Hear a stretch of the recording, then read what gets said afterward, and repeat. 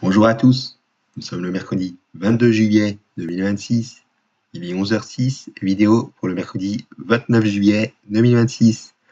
Aujourd'hui c'est la 96e archive de MotoGP avec le Grand Prix Moto d'Espagne 2004 qui a lieu du vendredi 30 avril 2004 au dimanche 2 mai 2004. Et c'est le 659e Grand Prix Moto au championnat depuis 1949. Donc on va faire un point sur la présentation des nouveaux pilotes ainsi que sur celle des wildcards et des remplaçants. Et on commence avec la catégorie 125 évidemment. Alors nous avons 3 nouveaux pilotes, est-ce qu'il faut le noter, avec, d'après ce que j'ai noté, Julian Miral, ou Miraes, je sais pas comment on prononce, mais bon, ce n'est pas grave. Il a roulé sur le championnat du monde de MotoGP.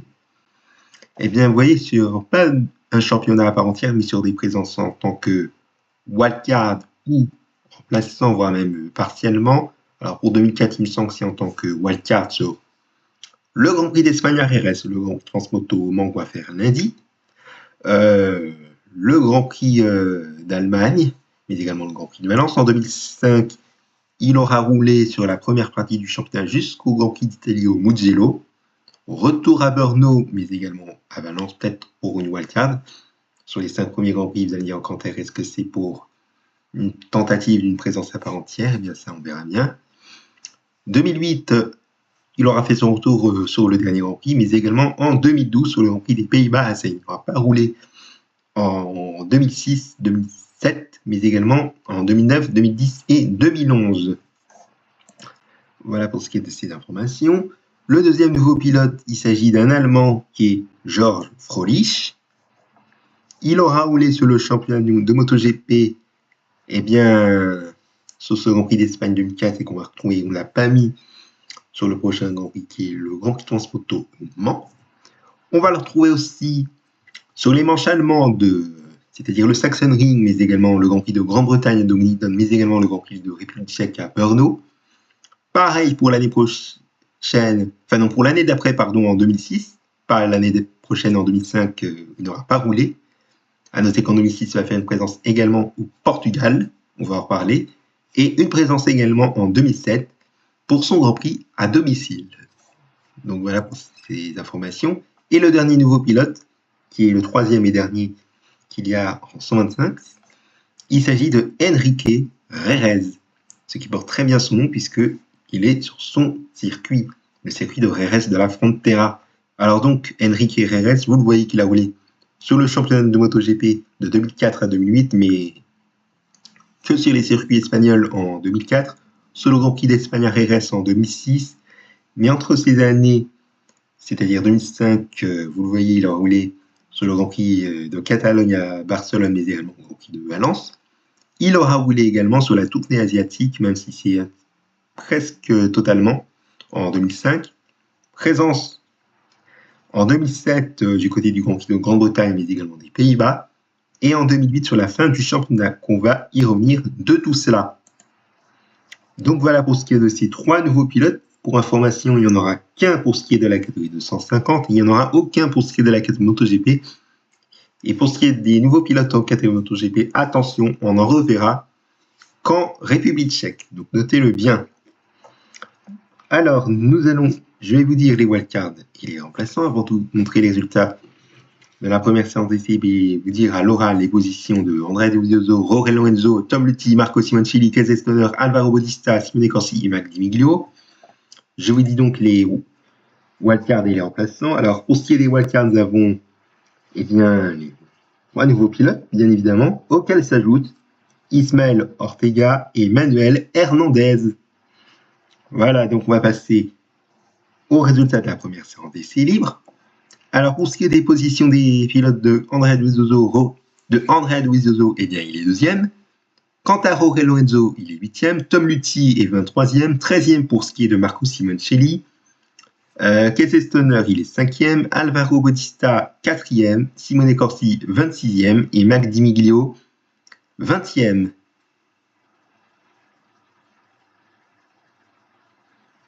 Nous allons passer maintenant au résultat de la première séance de qualification, bien évidemment. Alors, nous avons Andrea Dovizioso qui est 5e, 14e pour Jorge Lorenzo, 28e pour Tom Luthi, meilleur temps pour ce qui est de Marco Simoncelli en 1 minute 48 secondes 106 millième.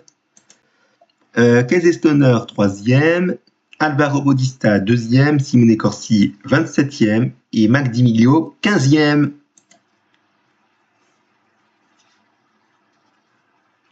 On passe maintenant au résultat de la deuxième séance d'essai libre, avec une piste qui est devenue mouillée puisqu'il avait plu au cours des premières heures du mois de mai 2004, c'est-à-dire dans la nuit, il me semble. Alors, ça a des conséquences pour les positions des pilotes, vous allez dire en commentaire, eh bien effectivement, mais on va voir cela. Avec 8e pour ce qui est de Andrea Dovizioso, 27e pour ce qui est de Jorge Lorenzo, Tom Luthi 15e, 14e pour Marco Simoncelli, 2e pour ce qui est de Casey Stoner, 5e pour Alvaro Bautista, 4e pour Simone Corsi et 3e, ce qui est très intéressant, pour Mac Di Miglio, le français.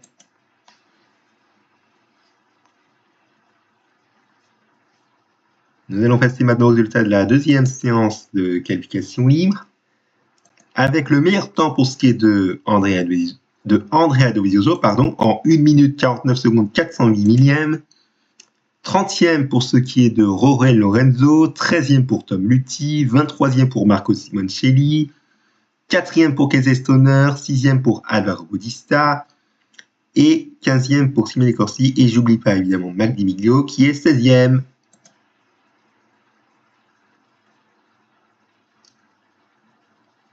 Voilà, et à noter que si Enrique Herrez n'est pas dans le classement, il sera quand même présent pour la course. Je tiens à vous le rassurer. Donc voilà, on va passer au résultat du warm-up. Alors au warm-up, nous avons 25e pour ce qui est de Andrea Dovizioso. Enfin, Andrea Dovizioso, je vais y arriver, excusez-moi. Tom Luthi, Jorge Lorenzo, pardon, il est 3e. Tom Luthi, oui, il est 23e. 8e pour ce qui est de Marco Simoncelli. 22e pour Casey Stoner. 5e, Alvaro Bautista. 6e pour ce qui est de Simone Corsi. Et 18e pour Mac Di Miglio.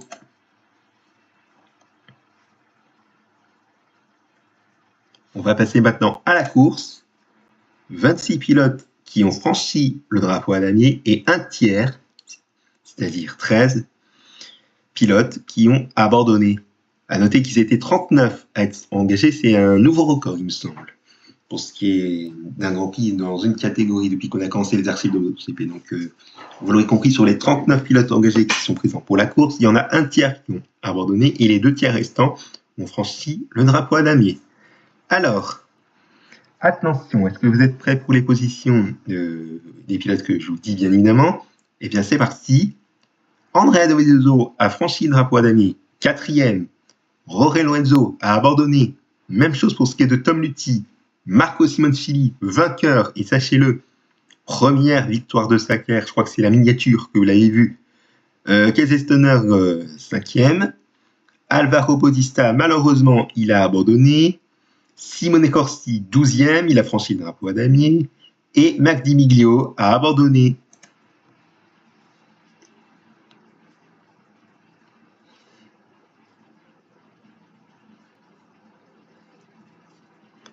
Voilà, je vous ai laissé 10 secondes pour regarder le nom des pilotes qui ont franchi le drapeau à damier, ainsi que les pilotes qui ont franchi le drapeau à damier et ceux qui ont abandonné. Oui, c'est ça. Je vous laisse regarder les informations de la course qui sont assez nombreuses pendant également 10 secondes. Et il faut noter que les raisons de Alvaro Bautista, de Mac Di Miglio, de Casey Stoner, Lorenzo, de Tom Luthi, de Bautista et de Mac Di Miglio, ils ont abandonné à cause d'une chute, comme vous pouvez le voir, ce qui est évidemment un classique.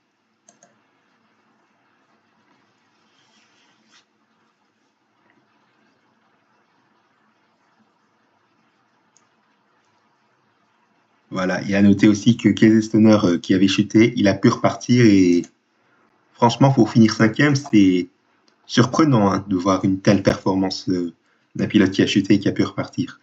Ça s'est déjà reproduit sur un autre Grand Prix qu'on va en reparler dans très très longtemps, bien évidemment. Mais bon, on va passer à la catégorie 250. Alors en 250, nous avons un seul nouveau pilote. Il s'agit de Jarno Ronzoni, j'espère que je prononce bien. Et c'est le seul pilote remplaçant, sachez-le, qui remplace Erwan Higon. Pour ce qui est des wildcards, oui, c'est ça. Eh bien, nous en avons 2, voire même 3. Radomil Rousse, Alvaro Molina et Grégory Leblanc. Voilà, donc on va passer au résultat de la première séance d'essai. Et je vais dire alors les positions de Randy Depugnet et de Dani Pedrosa qui veulent un nouveau duel entre les deux, bien évidemment. Alors, pour ce qui est de Randy Depugnet, il est 2e, et Dani Pedrosa, il est 7e.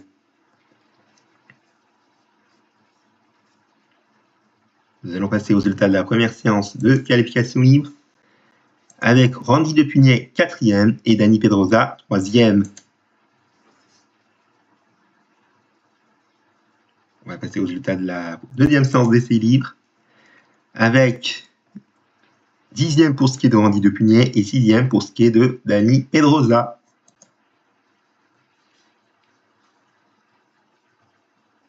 On va passer au résultat de la deuxième séance de qualification libre. Eh bien, Randy Depugnet est 2e et Dani Pedrosa meilleur temps en 1 minute 45 secondes 599 millièmes.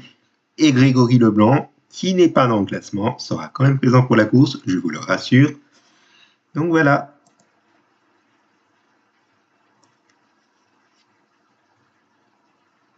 On va passer au résultat du warm-up. Alors au warm-up, nous avons 8e pour ce qui est de Randy Depugnet et 3e pour Dani Pedrosa.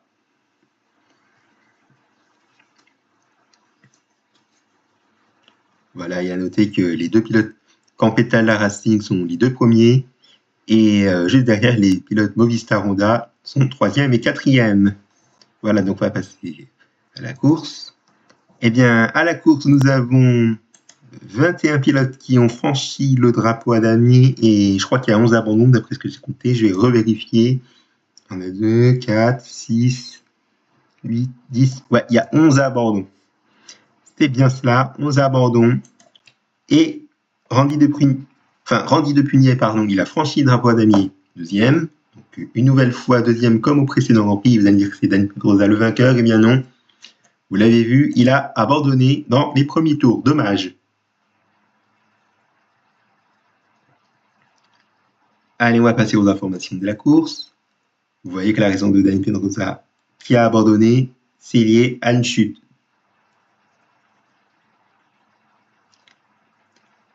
Et pour finir, on va passer par la catégorie MotoGP. Pas de nouveaux pilotes, pas de wildcard, pas de remplaçants. Donc comme ça, pas de jaloux.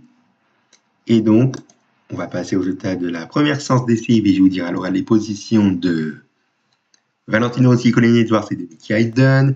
Alors, pour ce qui est de cette première séance d'essai, Valentino Rossi fait le meilleur temps en 1 minute 42 secondes 403 millièmes. Colin Edwards 4e et 2e pour ce qui est de Nicky Hayden, juste derrière Valentino Rossi. On va passer au résultat de la première séance de qualification libre. Meilleur temps pour ce qui est de Valentino Rossi, une nouvelle fois, en 1 minute 40 secondes 818 millièmes. 8e pour ce qui est de Colin Edwards et Nicky Hayden, 7e. Et à noter que Colin Edwards a fait son chrono en 1 minute 42 secondes tout pile. Et que les deux pilotes WCM, c'est-à-dire Michel Fabrizio et Chris Burns, eh bien, ils ne sont pas dans le classement. Voilà, on va passer au résultat de la deuxième séance d'essai libre. Meilleur temps encore pour Valentino Rossi, décidément, en 1 minute 53 secondes 170 millièmes. Colin Edwards, il est 7e, et Nicky Hayden, 13e. Il est en baisse, Nicky Hayden. On va passer au résultat de la deuxième séance de qualification libre, une séance qui a été perturbée par la piste mouillée. Eh bien, forcément, puisque nous avons Valentino Rossi qui est seulement 16e, Colin Edwards qui n'est pas en classement, et Nicky Hayden 12e. Nous avons 4 autres pilotes qui ne sont pas en classement en plus de Colin Edwards, Niel Hodgson, Nowatsu Aoki, Ruben Xaos et Chris Burns une nouvelle fois, auquel ce dernier, le Britannique, ne sera pas présent pour la course. Contrairement à son coéquipier qui est Michel Fabrizio, Eh bien, qui n'était pas en classement sur la première séance de Calzoni, mais forcément avec la piste mouillée, il n'a pas pu améliorer, il sera quand même présent pour la course, ce qui est assez étonnant.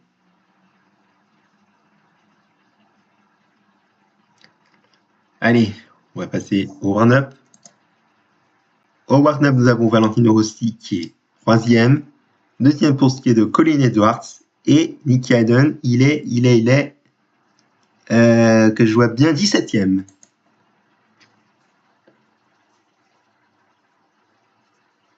Voilà, on va passer au résultat de la course. Et nous avons 15 pilotes qui ont franchi le drapeau à damier et 8 à abandon. Pour ce qui est de Valentino aussi, 4e. Ensuite, nous avons Colin Edwards qui est 7e et Nicky Hayden 5e. Si Valentino aussi est ensuite 4e, vous savez ce que ça signifie. La fin de la série où il a fait que des podiums, qui a commencé depuis le Grand Prix du Portugal 2002. Ça commence à dater depuis plusieurs mois, depuis le mois de mars, il me semble, voire même, je ne sais plus, mais bon, ce n'est pas grave. Et à noter que vous l'avez vu que l'écart entre le deuxième et le troisième, comme énorme, près de 50 secondes, c'est vraiment un truc de fou. 47 secondes même. Allez, on va passer aux informations de la course.